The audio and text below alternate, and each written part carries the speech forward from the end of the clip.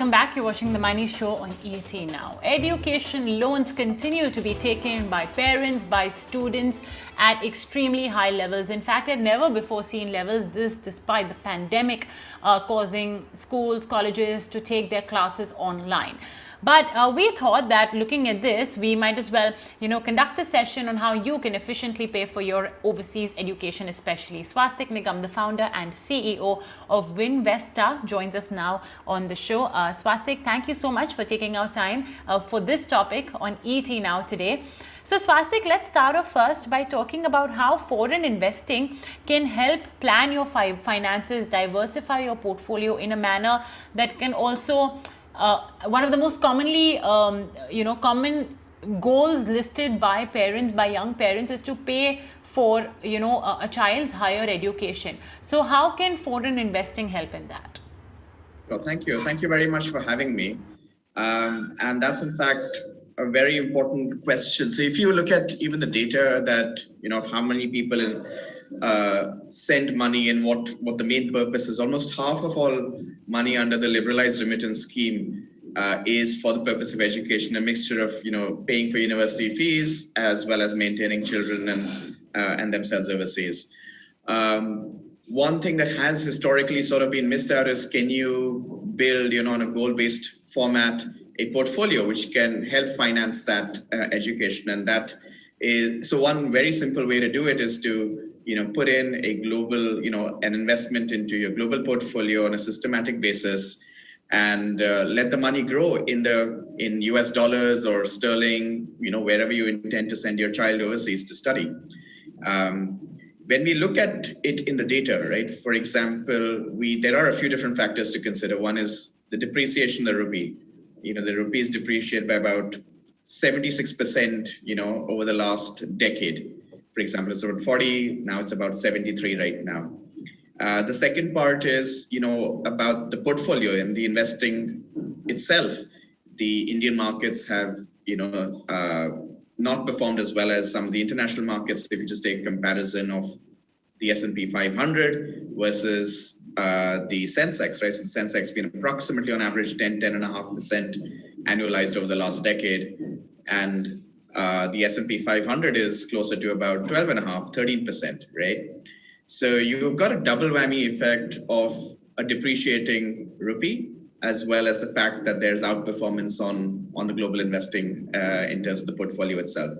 So one easy way is to continuously make investments overseas. And then when you do need to incur those costs, you liquidate your international investing portfolio to be able to pay for those goals.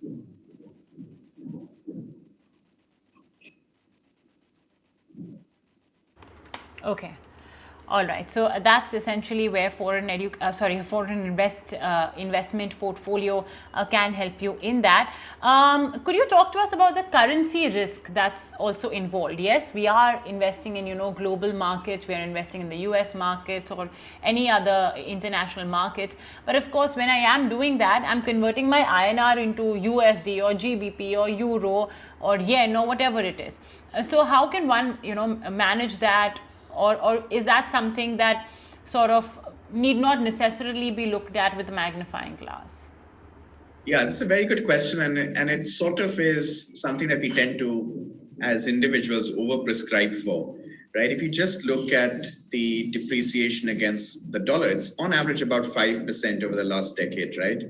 And when you are preparing for something slightly more long-term, most emerging market currencies, and the rupee being one of them, will constantly be depreciating, right? It's sort of, when you think of it from a macroeconomic point of view, it is in the interest that you don't have a very, very strong currency because you're heavily export driven, or you want to make yourself as an attractive destination to invest in.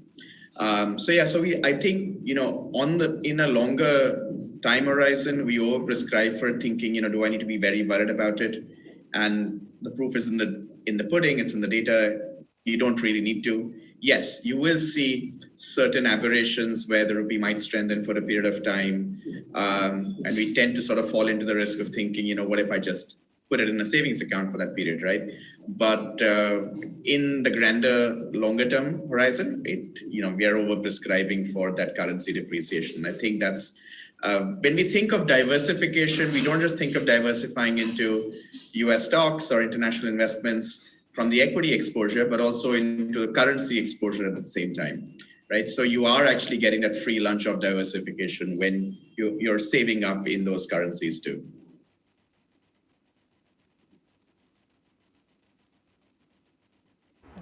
Let's also understand the implications of LRS and TCS, the tax collected at source and liberalized remittance scheme.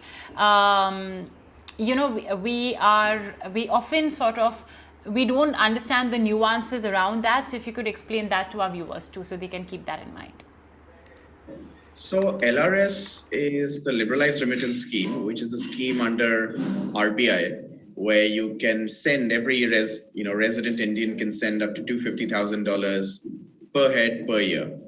And that's for all of the purposes, whether you're looking to invest or whether you're looking to make an expense, right? So when you are paying university fees, that is an expense. When you're investing in your portfolio, that is an asset, so that's a capital account transaction. It is a one-way limit. So, when you send money, it is one way in terms of that's the amount. So if you sort of repatriate anything back, it's not like, that adds back to your scheme. So those are some of the considerations. This $250,000 is as a financial year limit as well. So it's not the calendar year. So it runs from April till March, and it doesn't differentiate between an adult or a minor, so it sort of goes across all people.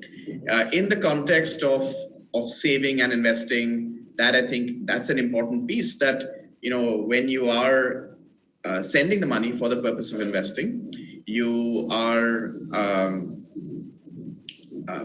you've also got to think of the utility and the reutility of those funds later on. For the purpose of, say, studying, right, and for paying a university education.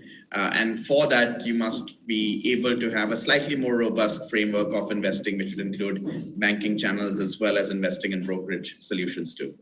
The TCS is a relatively recent, sort of tax, it's a tax collection at source. It's not a tax deduction. What the TCS it was sort of created to ensure that there is an audit trail to the money that's being sent overseas, and there's a 5% collection above 7 lakh rupees. So if you sort of send money above 7 lakh rupees, you do reserve out 5% for the purpose of TCS, right? That's collected by the banks, so you don't really need to do anything additional for that purpose. But yes, it can become a bit of a drag on your capital outlay. However, as part of tax filing season, you're able to claim it back, right? And that's one. So you can think of it as something which you need to be a bit more optimal about in terms of your capital outlay. And however, TCS does work differently for certain different, sort of purposes. It's a flat 5% for most of them. However, if you are borrowing money for the purpose of student education and taking on a student loan, that does fall down from 5% to about 0.5% on that borrowed amount too.